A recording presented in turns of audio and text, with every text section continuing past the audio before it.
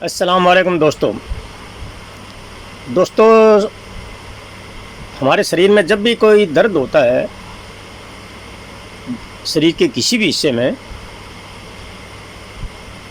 तो इंसान जो है वो नेचुरली वो रोने लगता है। तो इसका साइंटिफिक, बायोलॉजिकल और इस्लामिक दृष्टि से इसका क्या रिस्पॉन्स होता है, उन कारणों को हम जो है यहाँ जानने की कोशिश करते हैं। तो साइंटिफिक रीज़न से अगर देखा जाए तो जब हमारे शरीर पे कहीं पर भी कोई चोट लगती है तो हमारा जो नर्वस सिस्टम है वो दिमाग को सिग्नल देता है, जिससे दिमाग में अमिगडाला और हाइपोथैलेमस एक्टिव हो जाते हैं और वो इमोशंस का रिस्पॉन्स करते हैं। सेकंड क्या है कि स्ट्रेस हार्मोन्स, यानी दर्द के समय शरीर के अंदर से कार्टिसोल और एड्रेनल, ये दो हार्मोन्स बढ़ते हैं और रोने से इन दोनों हार्मोन्स का जो लेवल है वो कम होता है और दिमाग को थोड़ा आराम मिलता है।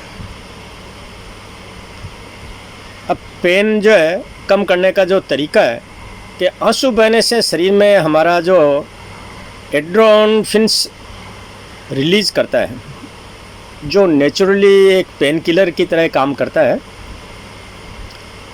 जिससे हमारा जो है अगर हम नेचुरली अगर वो आंसू बहाते हैं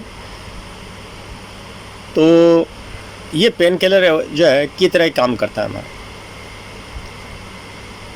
इमोशंस रिलीज होते हैं। जब शरीर में शारीरिक या मानसिक रूप से दर्द होता है तो रोने से हमारा जो रिलीफ मैकेनिज्म है वो कम होता है, तनाव कम हो जाता है। अब सोशल सिग्नल भी हैं कि जब इंसान इवोल्यूशनरी, यानी जब दर्द में या कोई गमगीन हो या मानसिक कोई पीड़ा हो तो रो करके ये दूसरे आदमी को ये संकेत देता है कि ये इंसान कोई परेशानी में है या कोई दर्द में मुब्तला है। तो रोना एक शरीर की नेचुरल सिस्टम है जो दर्द को कम, तनाव को घटाता है और दूसरों की मदद मांगने के लिए होता है। कुरान में भी रोने का जिक्र है। सूरह मरियम आयत 19 से 58 में कि बंदा अपने रहमान के सामने सजदे में जा कर के अपना दर्द बयान करता है और रोता है। दूसरा सूरह अल माइदा में भी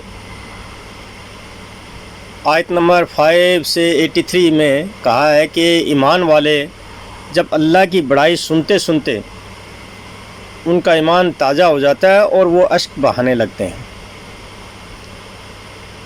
हदीस में भी रोने का जिक्र मिलता है। इब्न माजा किताब अल इकामा में हज़रत आयशा रज़ी अल्लाह ताला फरमाती हैं कि रसूलुल्लाह सल्लल्लाहु अलैहि वसल्लम नमाज में कुरान की आयतें पढ़ते पढ़ते इतने रोते थे कि आपकी दाढ़ी मुबारक और ज़मीन जो है वो गीली हो जाया करती थी।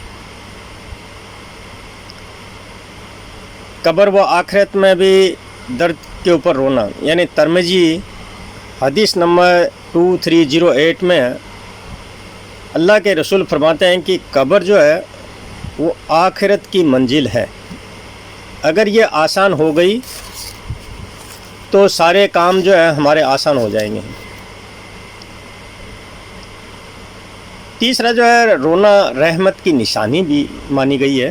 बुखारी शरीफ हदीस नंबर 1303 में रसूल सल्लल्लाहु अलैहि वसल्लम ने अपने बेटे इब्राहिम की मौत पर रोकर फरमाया कि आँखें आंसू बहा रही हैं दिल गमगीन है मगर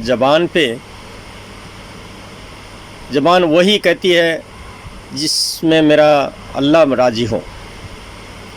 तो नतीजन ये है कि कुरान हदीस दोनों में ही रोना इंसान की कोई कमज़ोरी नहीं बताया गया है, बल्कि यह रहमत, दिल नरमी और ईमान की निशानी बताया गया है। दर्द व गम में रोना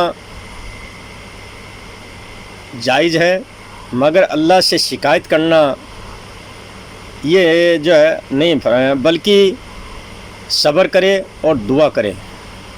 यही जो है अल्लाह ने बताया कुरान में भी और हदीस में भी। तो दोस्तों, ये मेरी जानकारी आपको अच्छी लगी हो तो लाइक, कमेंट, शेयर, फॉलो अवश्य करें। सी यू अगेन। धन्यवाद।